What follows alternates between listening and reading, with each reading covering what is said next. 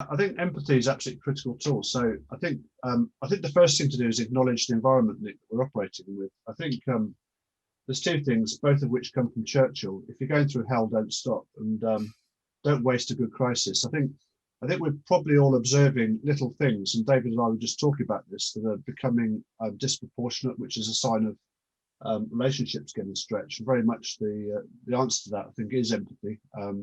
It's what holds people together when things get tough. It's that knowledge, it's that informal discussion that takes place, which all comes back to relationships and that intimacy. We use the word intimacy quite openly now in my team. So I think the other thing as well is acknowledging women. We talk about, I've had a few interactions with women this week, and they use some pretty bold words, which are quite emotional words, which I think men naturally sort of shy away from.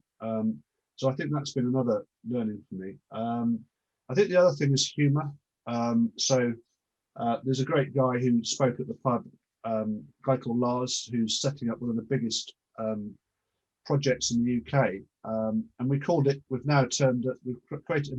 He talks about being bold, and we've coined the term "going Lars," which is a bit of humour, just to but that sort of creates some stiction. So I think that said as well, there's some major dislocations. So I think the unique thing about the current situation is it's not really an option just to tinker with a few things. Certainly as a turnaround specialist, I'm very much looking at the top level macro picture, as well as the medium, as well as the immediate term, and just checking this whole thing all the time to make sure the actions and the things I'm doing are aligned. But I think it's well worth acknowledging that the economy is really broken, and a lot of the tech actions are actually creating hell on earth, yet we still push it. And this indicator that somehow it's clever to get faster actually suggests that we're getting things wrong.